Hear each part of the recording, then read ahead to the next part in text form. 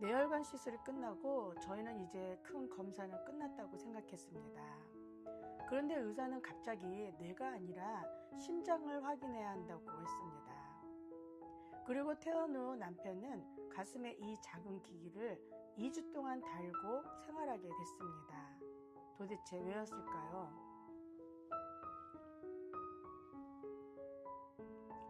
안녕하세요. 소소미 병원 이야기입니다.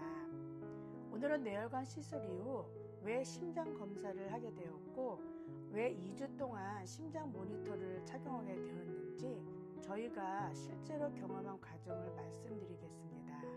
지난 영상에서 말씀드린 것처럼 손목을 통해 뇌혈관을 확인하는 시술을 받았습니다. 다행히 당시에 머리를 여는 수술까지는 하지 않아도 된다는 설명을 들었습니다. 저희는 이제 큰 검사가 끝났다고 생각했습니다. 그런데 의료진은 뇌혈관에 문제가 생긴 원인을 찾기 위해 다른 가능성도 확인해야 한다며 이번에는 심장검사를 이야기했습니다.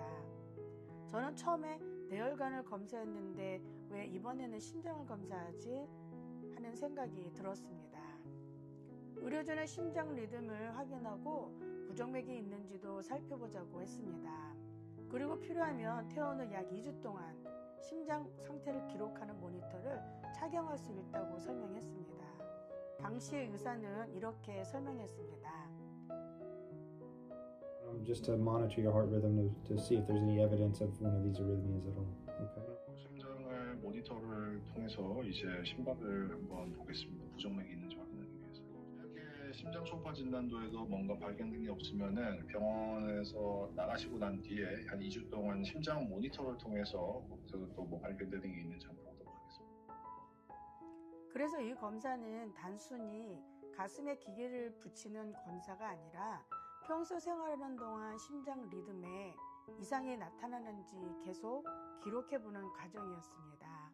말로 들었을 때는 2주 정도면 금방 지나갈 거라고 생각했습니다. 하지만 실제로 몸에 기기를 붙이고 생활하는 것은 생각보다 신경 쓰이는 일이었습니다. 일상적인 샤워는 괜찮았는데 다시 기기를 떼고 새로운 테이프로 고정을 시키는 것은 혼자 할 수 없기 때문에 옆에서 도와줘야 했습니다. 남편이 제일 많이 하는 이야기는 기기를 달고 있는 부위가 많이 간지럽다고 했습니다. 잠을 잘 때도 기기가 눌리지 않게 하려고 잠자는 자세도 조심을 해야 했습니다. 남편은 이 작은 기기를 가슴에 붙인 채 약 2주 동안 생활했습니다. 나는 심장이 일반 노르말 사람들처럼 이렇게 좌심실, 우심실, 중간막이 제대로 이렇게 열렸다 닫혔다 하는 것이 아니라 그 사이에 벽에 구멍이 생겨서 어떤 때는 3분의 1만 오픈하고 어떤 때는 해프. 저희도 이 설명을 듣고 심장과 뇌에 어떤 연관이 있는지 조금씩 이해하기 시작했습니다.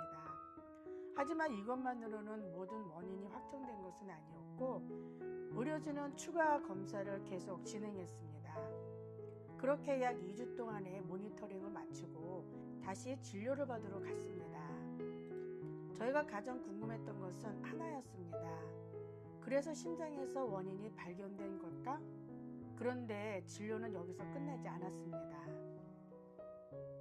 진료를 받은 뒤 저희가 이해한 바로는 심장 쪽 검사만으로 모든 원인이 명확해진 것은 아니었습니다.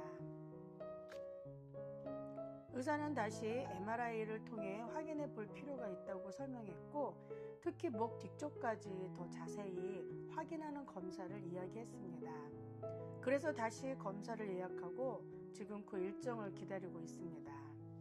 남편은 진료 후 저에게 심장 안쪽 벽에 구멍과 같은 통로가 있고 이것이 혈액의 흐름과 관련될 수 있다는 설명을 들었다고 전해주었습니다. 그리고 그 문제가 뇌 쪽 증상과 관련이 있을 가능성에 대해서도 설명을 들었다고 했습니다. 다만 이 부분은 남편이 의사의 설명을 듣고 저에게 전달한 내용이기 때문에 정확한 진단명과 치료 방법은 앞으로 검사 결과와 의료진의 설명을 통해 다시 확인하려고 합니다. 처음에는 뇌만 검사하면 모든 것이 끝날 줄 알았습니다. 그런데 뇌혈관 시술에서 심장검사로 그리고 다시 MRI로 목 부위 정밀검사까지 이어지고 있습니다. 아직 모든 답을 들은 것은 아닙니다. 다음 검사에서는 무엇을 확인하게 될까요? 그 이야기는 다음 편에서 이어가겠습니다. 미국에서 병원 이용이나 복지 절차가 막막하신 분들을 위해 제가 경험하며 배운 내용을 클래스 101 강의에도 정리해 두었습니다. 필요하신 분들은 설명란을 참고해 주세요.